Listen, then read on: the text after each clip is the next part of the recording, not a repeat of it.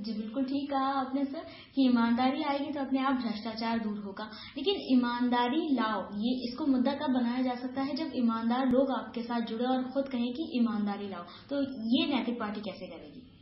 अक्सर ट्रकों के पीछे एक नारा पढ़ने को मिलता है कि 90% बेईमान फिर भी भारत में महान।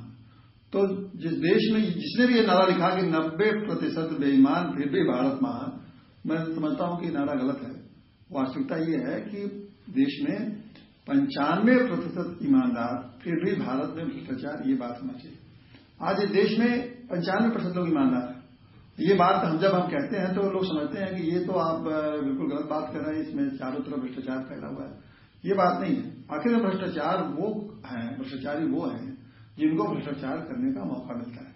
आज इस देश में 1 अरब 20 करोड़ की आबादी है और इस 1 अरब 20 करोड़ आबादी में आप देखिए तो कितने लोग भ्रष्टाचार करने की स्थिति में है।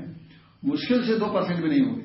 अब उसका मैं आंकड़ा प्रस्तुत कर सकता हूं कि जो 50 लाख 1 करोड़ के आसपास 50 लाख केंद्रीय कर्मचारी हैं और उतने स्टेट के कर्मचारी होंगे, तो करीब 1 करोड़ तो कर्मचारी होंगे जिन्हें भ्रष्टाचार करने का मौका मिलता है। इसी तरह 50 लाख वो व्यापारी हैं, कुछ जो बड़े बड़े व्यापारी हैं उनकी संख्या होगी जिन्हें भ्रष्टाचार करने का मौका मिलता है, और 50 लाख में अन्य लोगों को अगर जोड़ लें तो इस 1 अरब 20 करोड़ की आबादी में मुश्किल से 2 करोड़ लोग हैं जिन्हें भ्रष्टाचार करने का मौका मिलता है और उनकी ऐसी स्थिति है जो जैसे चाहे वो तरीके अपनाकर अपना उल्लू सीधा कर सकते हैं। तो इतनी बड़ी आबादी में 2 करोड़ लोग भ्रष्ट हैं, तो कैसे हम कह सकते हैं कि पूरा का पूरा 95% इसमें पूरा का पूरा देश भ्रष्ट है? लेकिन ये जो 2% हैं, इन लोगों को अगर हम बढ़ा भी दें, इनकी संख्या और भी बढ़ा दें तो 5% हो सकते हैं। तो 5% लोग ही हैं इस स्थिति में जो कि भ्रष्टाचार करने की स्थिति में है। इसलिए मैं कहता हूं कि 95% लोग ऐसे हैं जिन्हें भ्रष्टाचार करने का अवसर ही नहीं, इसलिए वो भ्रष्टाचारी हो ही नहीं सकते।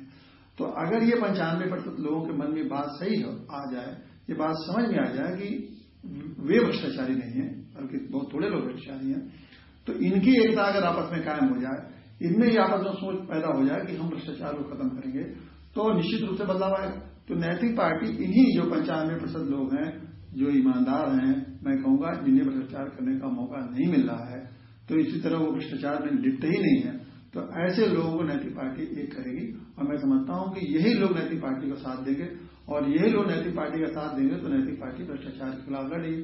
इन 95% लोगों का भी तो यही कहना है कि हमें भ्रष्टाचार के खिलाफ लड़ना है, और भ्रष्टाचार के खिलाफ अगर कोई राजनीतिक पार्टी लड़ रही है तो नैतिक पार्टी है।